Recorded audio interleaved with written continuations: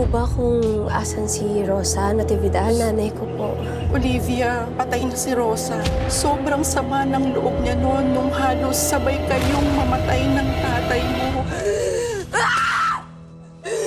Namatay ang nanay ko mag-isa! Hindi ko sana. Sisirain ko yung buhay mo. Magdudusa ka! Hintayin mo ako! Hindi ako makapaniwala. Nandito na ako kasama ka. Gusto kong maibalik yung mga nawala sa akin. Kasama na doon yung pamilya ko. Tutulungan kita. Babalik ko yung dati nating buhay. Ano ba nangyari sa'yo? Paano ka napunta sa lugar na yun? Papunta na ako sa ilog noon nung biglang may humpot sa akin dalawang lalaki. Tinakpan din nila yung bibig ko. Pinusasan nila yung mga kamay ko. Piniringan din ako hanggang sa makarating kami sa isang lugar. Lumaban ako para makatakas. Pero pinutulungan nila ako. Pinagsasapak nila ako. Sino sa tingin mong gumawa nito sa'yo? Si Philip Salazar. Kinuha ako ni Philip sa asawa ko para gawing asawa niya at gamitin laban sa mga buwan kamino. Malaya na ako sa'yo, Philip. Wala na si Claire. Ako na si Olivia Pencamino. Mababawi ko na yung buhay ko.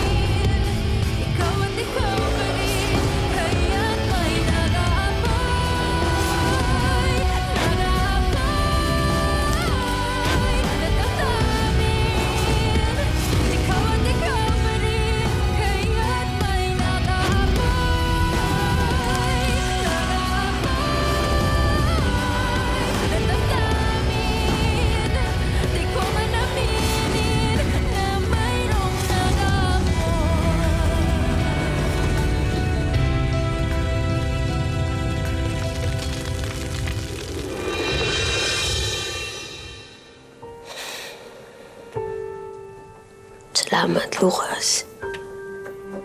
You're most welcome.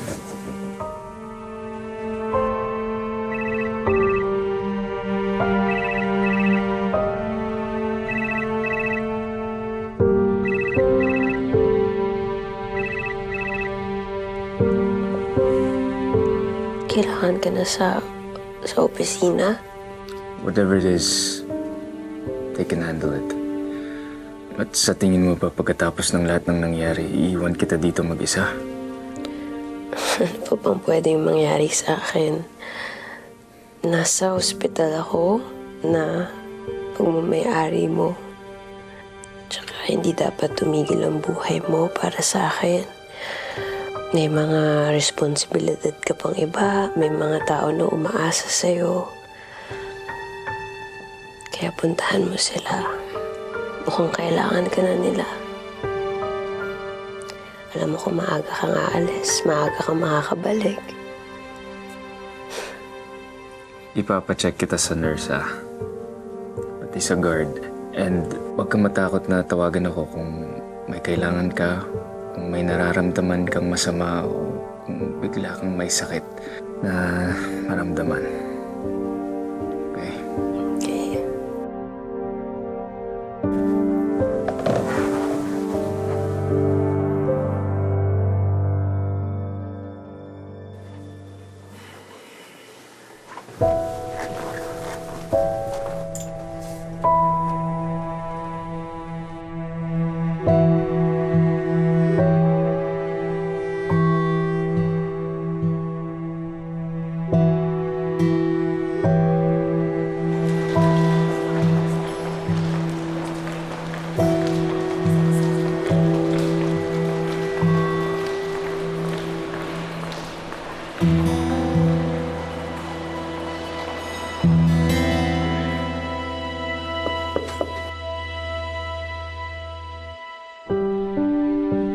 Sofia,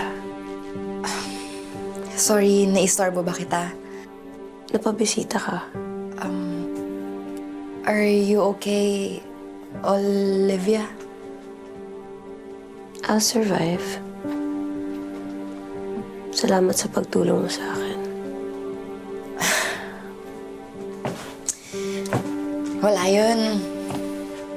After all, magkaibigan tayo, di ba? Kaibigan ba talaga yung tingin mo sa akin? O kaaway? Bilang ex-girlfriend ka ni Philip na asang-asa sa kanya.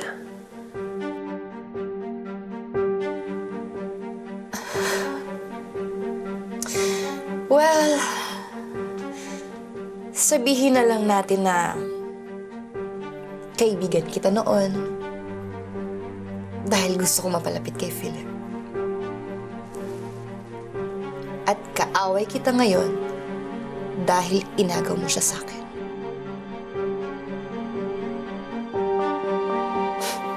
Wala akong inagaw sa'yo. I'm Olivia Buencamino. Si Lucas ang asawa ko, kaya iyong-iyo na si Philip Salazar. Kung okay lang sa'yo na kahit wala na ako sa buhay ni Philip, hindi pa rin kayo pwede magsama kasi siguradong makukulong siya. Walang hiya ka! Good evening po. Kuhanan ko lang po kayo ng vital signs. Yes, nurse. Tamang-tama. Palabas na rin yung bisita ko.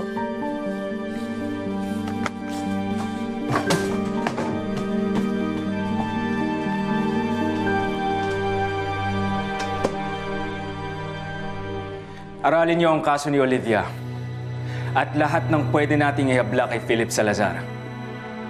Patong-patong na kaso ang isasampa natin sa kanya. At hindi niya pwedeng malusutan ng mga yun. We're on it, sir. At aaralin namin na mabuti ang kaso.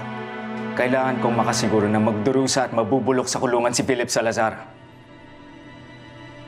Kailangan niya pagbayaran lahat ng ginawa niya kay Olivia.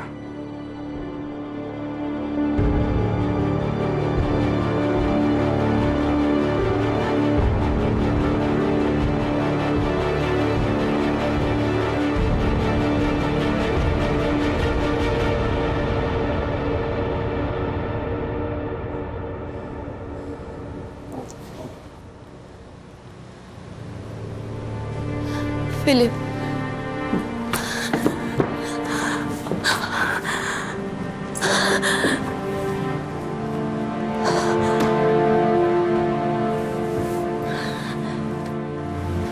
Alam ko, this is not a good time, Philip. Pero gusto ko lang sabihin sa'yo na nandito lang ako para sa'yo. Salamat. May pasalubong ako para sa'yo. Paborito mo yan. Salamat, tita. Philip, binisita ko si si Olivia. Alam na niya yung tungkol sa atin. Kailan ba? Hindi niya sinabi. Hindi kaya dahil dun, kaya kanya dinidiin. Hindi kaya gumaganti siya kasi nalaman niyang magkarelasyon tayo dati.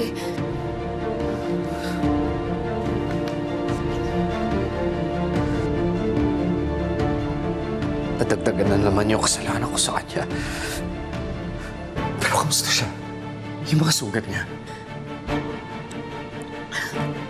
Okay na siya, Philip. Huwag kang mag-alala. Ang isipin mo, yung mga paratang niya sa'yo. Philip! Philip, sandali! Philip! Philip! Huliin niyo siya! Sandali! Ano? Ano to? Ano to? Philip Salazar, inaaresto ka namin sa salang kidnapping, attempted murder, illegal detention, rape, physical injuries, fraud at falsification of documents.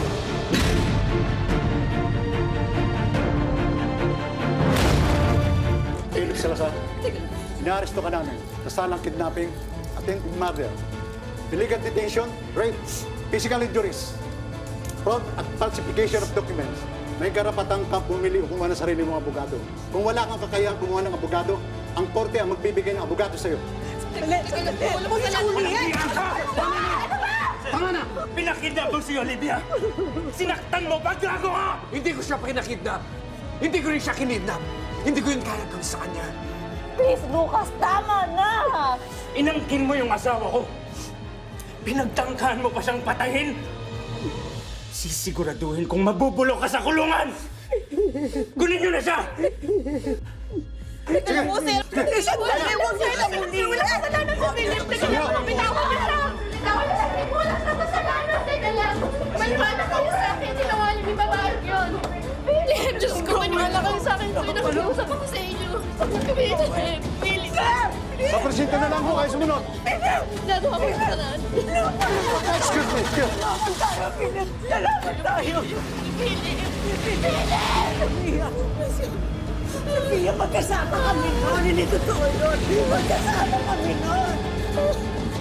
Ano pa rin sasabi nila? Totoo yun.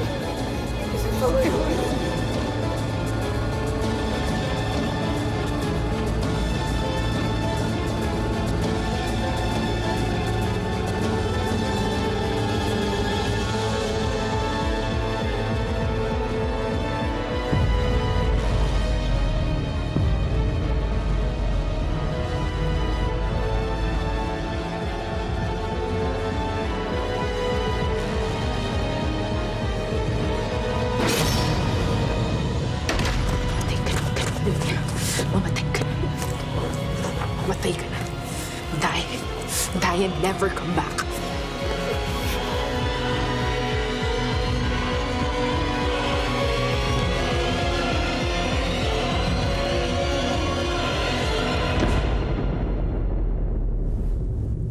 Melinda,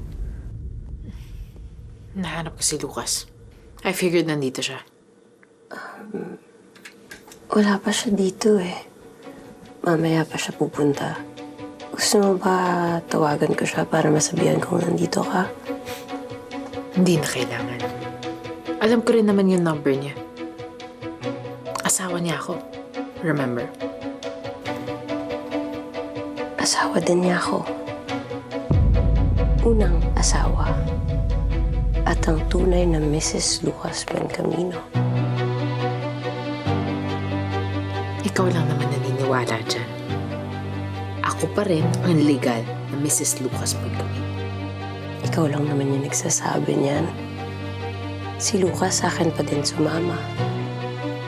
Well, enjoy it while it lasts.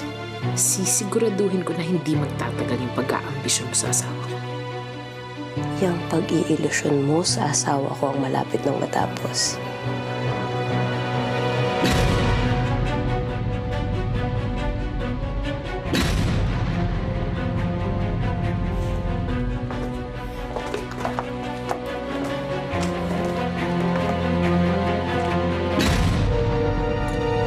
Lucas! Bakit mo pinakulong si Philip? Wala sa usapan natin yon. Dapat lang sa kanya yun pagkatapos ng lahat ng ginawa niya. Nasira ang buhay namin dahil sa kagagawan ni Salazar. Lucas, nagkasundo tayo na magtutulungan tayo para makuha mo si Claire at mabalik sa akin si Philip. Pero wala sa usapan natin, ipapakulong mo yung tao! Wala din sa usapan natin ang lahat ng ginawa ni Salazar. Hindi ko mapapalampas lahat ng ginawa niya sa asawa ko. Kung may ginawa man si Philip kay Claire, siguro naman nag-enjoy siya, di ba? What?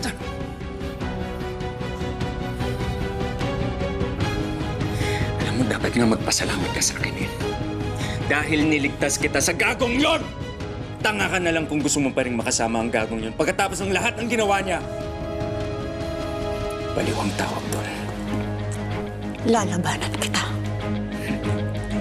Ilalabas ko sa kulungan si Philip. At hindi ako papayag na mabulok siya doon. Subukan mo. Ipapakulong din kita. Magsama kayo doon.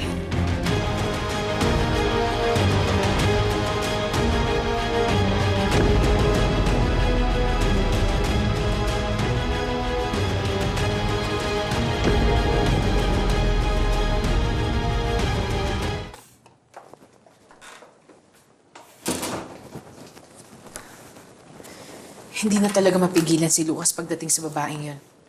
Anong gagawin mo tungkol dito, Ma? Nakausap ko na si Lucas. Hindi ko matatanggap ang babaeng yan. Hindi siya si Olivia. Isa siyang impostor na pinulot lang ni Salazar kung saan man. Dahil patay na si Olivia. Pero Ma, paano kung siya talaga si Olivia? Saan ka papanig? Kakampi pa kita o kaaway? Kailangan pa bang itanong yan, Iha? I've always been on your side. Simula pa lang noon, boto na ako sa'yo. You are the best wife any man could have. Ikaw ang magdadala sa tagumpay kay Lucas. Salamat, Ma. Yun lang yung gusto kong marinig. Lalabanan ko yung Olivia na yan. Hindi niya kami mapaghihiwalay ni Lucas. Kasama mo ako sa laban mo. Together, ipapagpag natin ang alikabok na Olivia na yan. Ma'am, at kasama niyo rin ako sa laban na yan. Ako na pong bahala sa vacuum na hihigop dyan sa clericabok na yan.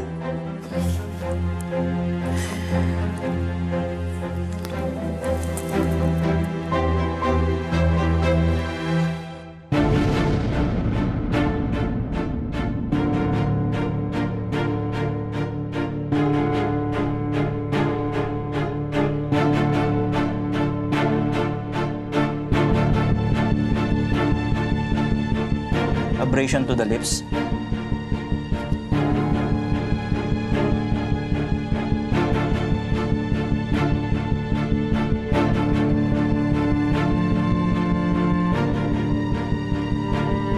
Laceration on right wrist. Contusion hematoma sa sentido.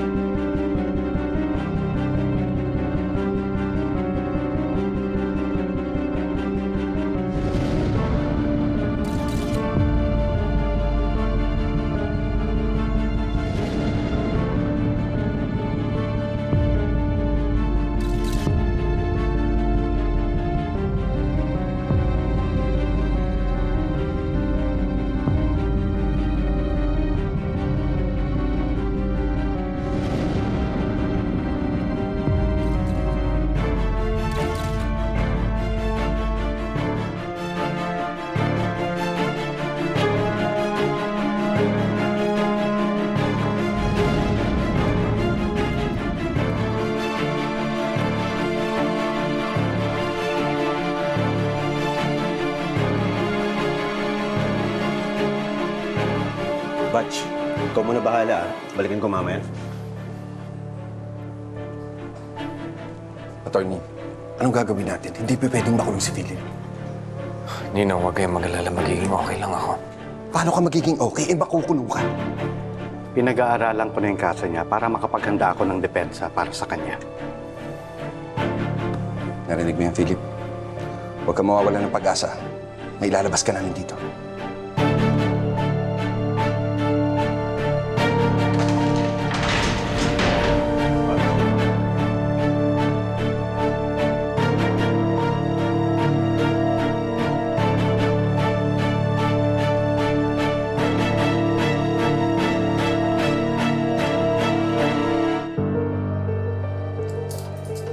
Salazar.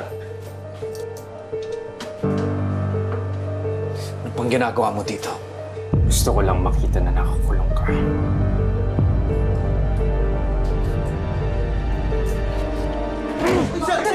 Sir! Maot kayo, sir! Sir! Tama na, sir! Ang kapal ng mukha mong tanungin ako kung anong kailangan ko! Kulang pa to, Salazar! Kulang pa to sa lahat ng ginawa mo! Tinago mo sa akin ang asawa ko! Pinaniwala mo akong patay siya! Ginagawa mo sa akin yung asawa ko! Sir, tama na, sir. Hindi mo alam kung gaano kasakit ang lahat ng ginawa mo!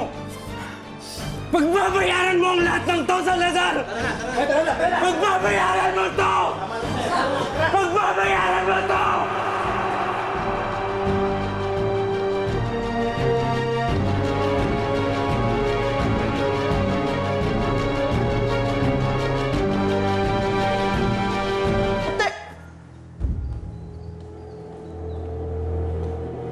Madam! Madam! Ninya, what is that woman doing here? Makakatulong sa recovery ni Olivia kung magstay siya sa lugar na nakasanayan niya.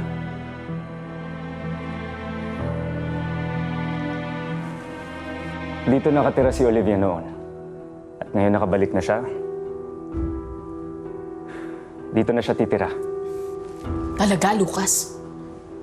Walang karapatan yung babaeng yan dito. I am your wife. Wala ka na ba talagang respeto sa akin? Umalis na lang tayo, Lucas. Melinda, hindi ka na dito nakatira. May sarili na tayong bahay, don't you remember? Ma, muntik nang mamatay si Olivia. Ngayon ligtas na siya. Hayaan mo naman siyang tumira dito para sa recovery niya. Hindi sa pamamahay ko. Hindi ka man lang nagsabi ng plano mo, Lucas? Basta mo na lang dinala dito ang babae na yan? Ma, please. Tama na. Alis na tayo. Manahimik ka. Patay ka na, hindi ba? Olivia, Claire, kung sino ka mang good-for-nothing lowlife, matuto kang lumugar. As far as I'm concerned, iisa lang ang kinikilala kong asawa ng anak ko, si Melinda yon.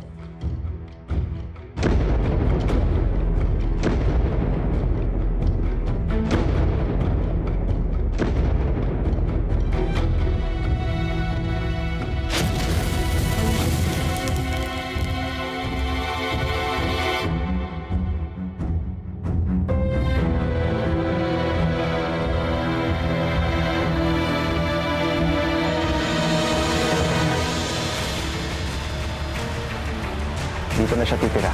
Patay ka na, hindi ba? Iisa lang ang kinikilala kong asawa ng anak ko, si Melinda yon.